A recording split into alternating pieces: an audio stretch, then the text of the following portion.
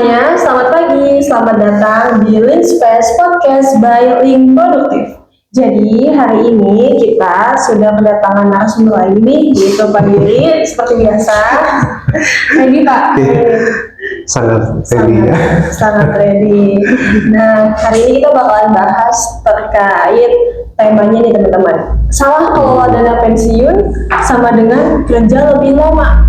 Nah, kita bakalan bahas tentang memang mungkin kalau anak muda tuh kurang aware ya tentang dana pensiun. Tapi hari ini kita bakalan bahas karena mengingat dana pensiun itu penting banget teman-teman untuk ketenangan dan financial freedom kita di masa tua. Bener ya Pak? Ya. Bener banget. Terutama untuk karyawan-karyawan juga ya. Jadi kan karyawan itu kan kebanyakan udah umuran kayak Aida gitu, berarti 20 apa 22. Ada yang lulusan SMK berapa umur 19 ya kali ya? 18 19 ya kan. Nah, itu udah mulai kerja, udah mau dapat dana pensiun. Nah, itu juga bisa sih dengerin ini juga. Iya. Oke Pak, lanjut aja ke pertanyaan pertama ya Pak. Nah, menurut Bapak nih, kenapa sih Pak banyak orang yang baru sadar pentingnya dana pensiun itu saat usianya sudah tidak produktif nih Pak? Nah, kayak agak telat gak sih? Nah itu kenapa gitu menurut Pak?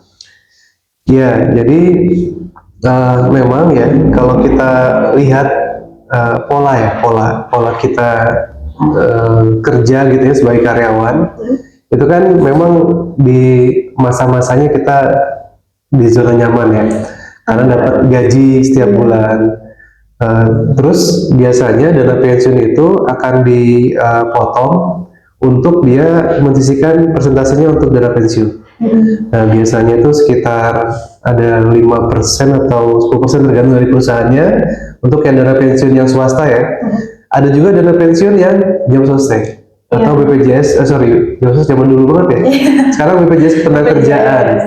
BPJS Ketenagakerjaan. Di sana ada jaminan hari tua, ada jaminan pensiun juga. Nah, di situ kita nanti akan setiap bulannya akan dipotong gitu. Nah, persentase juga udah ini ya, udah ditentukan juga sama pemerintah. Nah, biasanya ya tadi itu ngerasanya kayak masih lama gitu ya kita pensiun gitu ya. Padahal ya Aida ya, kalau kita dengar kata-kata pensiun itu mungkin Aida akan berpikirnya ketika udah tua, bener nggak? Betul. Umur 26 tahun. Iya. Padahal nggak gitu konsepnya ini. Nah, saya tuh sebetulnya udah pensiun di umur 35 tahun. Oh, pensiun dini dong? Pensiun dini. Oh, bisa ya Pak? Nah iya kan, saya kan dulu misalkan nih, saya pakai cerita saya ya, waktu mulai kerja tahun 2009. Saya resign dari perusahaan itu 2021 ya. Oh iya. Nah nanti sekitar 13 tahun ya, kurang lebih atau 14 tahun gitu. Nah itu mulai kerja kan, nah itu ada yang namanya pensiun dini. Jadi makanya ini biar pada tahu semua. Jadi sebetulnya pensiun itu nggak harus nunggu umur 56 tahun atau 57 tahun udah tua gitu loh. Jadi kita pensiun itu bisa kapan aja sebetulnya. Nah maka kita sebagai yang dengerin ini, itu anak-anak muda juga harus ngerti. Kalau dia tuh jangan sampai memang kelamaan di tempat kerja, iya gak ya? Kayak gitu kali ya. Semua orang punya beda-beda masing-masing, tergantung preferensi masing-masing. Tapi kalau misalnya ada yang mau, memang dia pengen ya punya usaha sendiri atau apa, punya planning lain, itu siap-siap juga pensiun. Nah, jadi kita harus mulai sadar itu dari mulai ya saat kita kerja ini udah mulai dapat uang sebagainya. Nah, kenapa banyak orang nggak sadar gitu ya? Tadi karena banyaknya dia terbiasa zona nyaman, ada gaji, kemudian ya fokusnya ya tadi menganggap pensiun masih jauh. Iya, terlena ya. Dia mikirnya terlalu jauh. Kadang-kadang juga gitu loh Aida. Mungkin kita nggak berpikir kita akan punya plan B untuk resign dari perusahaan untuk pensiun dini misalnya. Tapi di satu sisi perusahaannya malah yang memaksa kita tuh buat untuk pensiun dini. Oh bisa gitu ya? Kalau di PHK? Iya, PHK. Gimana coba? Oh itu kan masuk pensiun dini. Nah iya gitu. Iya kan? Berarti kan kalau pensiun itu artinya kita bisa berhak mengambil dana tadi yang saya sampaikan di awal tadi ya, kayak dana pensiun swasta yang disisihkan setiap bulan gitu ya, sama BPJS Tenaga Kerja bisa diambil tuh Aida untuk dana-dana itu. Nah, makanya jangan sampai kita berpikirnya ini apa terlalu nyaman gitu loh. Jadi harusnya mulai berpikir, kita kan nggak ada yang tahu nih ke depan mau kayak gimana. Yaudah kita hitung-hitung aja terus dana pensiun kita. Nah nanti kita harus mulai berpikir untuk apa dana pensiun ini. Nah itu dia. Demi ke depannya kayak gitu. Jadi ya seperti itu. Jadi kenapa banyak orang nggak sadar ya karena itu gitu. Iya Gitu sih, Pak. saya deh. Iya, terlena ya Pak ya, terlena sama mikirnya tuh, ya pensiun tuh mindsetnya orang masih tua lah, yang tua ya. Sejauh ya. Padahal bisa jadi ada pensiun dini atau mungkin kena PHK gitu ya Pak. Nah, Itu kan iya. resiko ya. Resiko juga. Resiko yang perlu dikelola dengan dana pensiun. Iya, Oke Pak, lanjut ke pertanyaan kedua ya. Nah, bagaimana sih Pak? Ini kan tadi Bapak jawabannya juga lebih ke mindset juga ya. Nah, bagaimana Pak seharusnya mindset atau cara berpikir tentang dana pensiun agar tidak, kita tuh mikirnya nggak beban, tapi itu tuh manfaat finansial untuk mencapai financial freedom di masa tua gitu. Biar kita tuh enjoy ngejalanin planning dana pensiun itu. Ya di masa tua dan di masa kita di masa kita nggak sesuai dengan planning kita. Tadi misalkan tiba-tiba ada suatu hal yang nggak kita harapkan terjadi, misalkan di PHK gitu-gitu. Nah, jadi sebetulnya kita tuh kan punya, artinya gini loh Ida, kalau kita punya pos keuangan itu ada pos gaji sama pos dana pensiun. Nah dana pensiun itu sebetulnya bukan di kantong kita secara cashnya. Biasanya kan kalau kita punya ATM tuh bisa langsung diambil kan, nah itu enak. Nah kalau dana pensiun itu anggapannya kayak di luar gitu. Nah tapi dia sebetulnya uang kita. Nah jadi supaya kita nantinya ketika terjadi masa-masa itu ya, entah kayak memang kita sudah pensiun di masa tua atau terjadi hal yang kita nggak inginkan, PHK, maka kita harus siap dana itu ada berapa jumlahnya. Nah dari mulai sekarang itu udah mulai dipikirin dana pensiun untuk apa gitu. Nah supaya kita bisa bisa kita mengganti pendapatan yang kita nggak dapetin lagi dari kita kerja dengan pendapatan baru. Nah itu, jadi kalau bisa memang kita harusnya investasi sih kalau menurut saya. Jadi cara berpikirnya supaya nggak jadi beban itu ya kita harus investasikan itu kira-kira seperti apa. Nah jadi kalau bisa misalkan dananya ada berapa, memang sih nggak bisa diambil ya. Nah makanya kita mau nggak mau sisihkan dari si gaji kita yang per bulan itu kalau mau. Jadi dari mulai sekarang itu seperti itu. Jadi kita harus mungkin juga kita bisa macam-macam investasi ya. Bisa ke emas, saham gitu. Reksadana juga bisa, dan beberapa punya usaha sendiri. Itu dia. Nah kadang-kadang kan banyak tuh karyawan yang dia tuh double job. Padahal ya ada banyak kan. Nah jadi banyak karyawan yang dia kerja di mana gitu ya, tapi dia menghasilkan tempat lain juga bisa. Atau kalau sekarang itu ada juga double jobnya bukan jadi pengusaha ada. Jadi apa coba? Jadi content creator, freelance. Ada loh itu. Ada series itu saya pernah tahu. Nah jadi maksud saya tadi itu kita ya supaya kalau yang udah masa tua sih ya kita paling ya tadi mulai mempersiapkan untuk planning apa yang mungkin investasi saham dan sebagainya, itulah yang bisa lebih sesuai gitu, relevan gitu. Iya sih Pak. Jadi ini ya Pak, intinya tuh mindsetnya kita jangan jadi beban tapi investasi. Mindsetnya investasi. Mindsetnya investasi. Karena kalau investasi itu kan kita bukan spending jatuhnya, tapi nanti ya kita balik lagi dapetin gain buat diri kita sendiri. Gitu. Ya, merubah cara pendapatan yang dulunya per bulan jadi dari gainnya dari investasi tadi. Nah, itu. Iya sih. Berarti sebenarnya dana pensiun itu ini ya sama aja kayak investasi, cuman mungkin beda tujuan gitu ya Pak. Betul, beda tujuan. Oke Pak, kita lanjut nih ke pertanyaan terakhir, yaitu kalau boleh disederhanakan, langkah apa nih Pak yang seharusnya kita mulai hari ini supaya masa tua kita nih, masa depan ya, yang unstable ini gitu kan. Itu tuh kita bisa tetap survive gitu Pak, bisa tetap keuangan tuh aman gitu.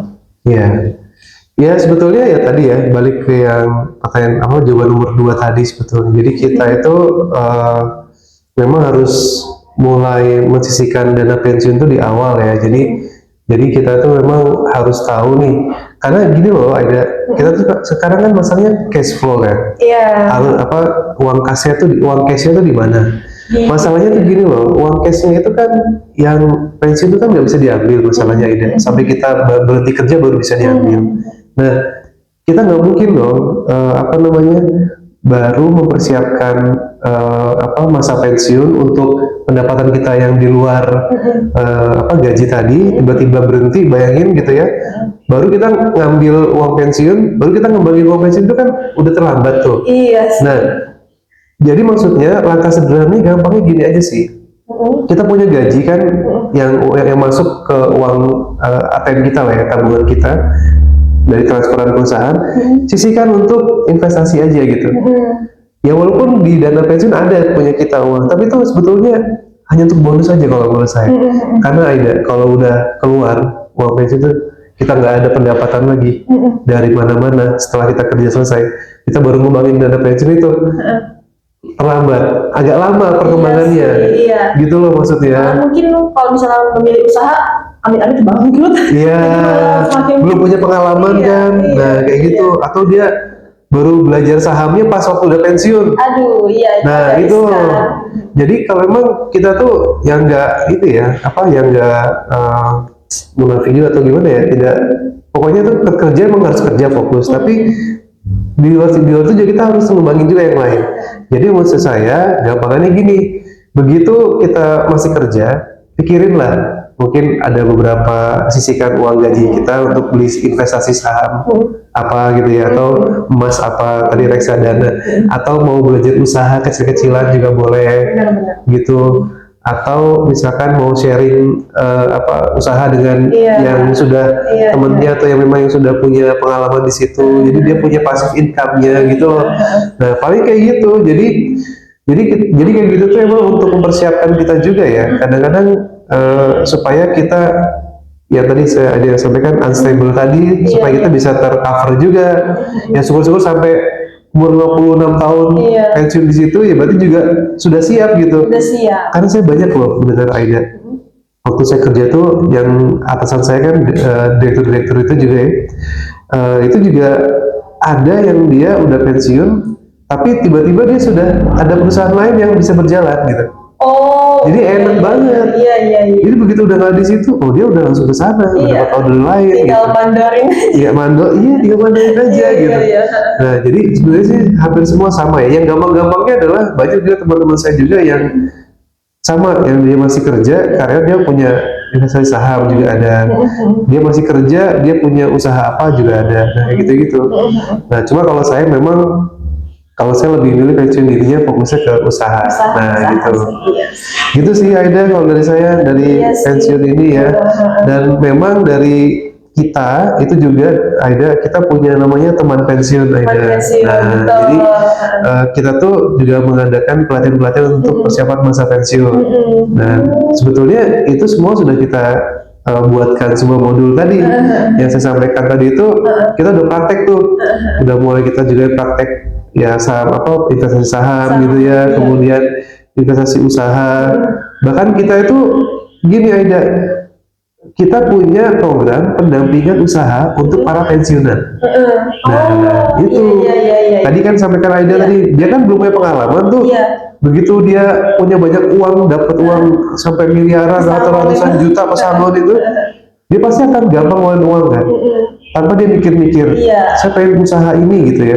Usahanya ini gampang kelihatannya, padahal usaha itu susah. Makanya kita perlu pendampingan.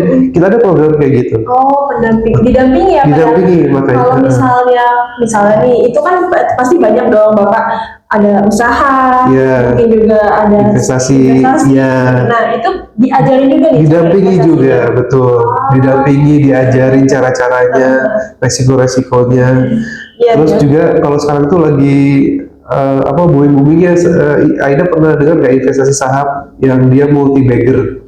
Iya tahu. Pernah dengar gitu? Pernah dengar dong. Nah itu atau backdoor listing segala macam, wah itu Iya kita sih. ajarin nanti itu nanti kalau emang jadi perusahaan itu emang harusnya sekarang mulai berpikirnya nyari program persiapan masa pensiun itu ya kayak Iya, kita gini, kayak gitu. karena biasanya ada yang sudah program persiapan masa pensiun di perusahaan-perusahaan itu hanya sifatnya dia pelatihan 3 hari 4 hari habis itu udah selesai. Iya. Nah, kalau kita lebih dari itu, pendampingan ada, sampai kita benar-benar sampai punya komunitasnya untuk komunikasi setelah pelatihan seperti apa. Jadi kalau dia ada yang prefer ke usaha, kita dampingi usahanya. Iya. Dia kan karena nggak semua prefer usaha kan. Iya.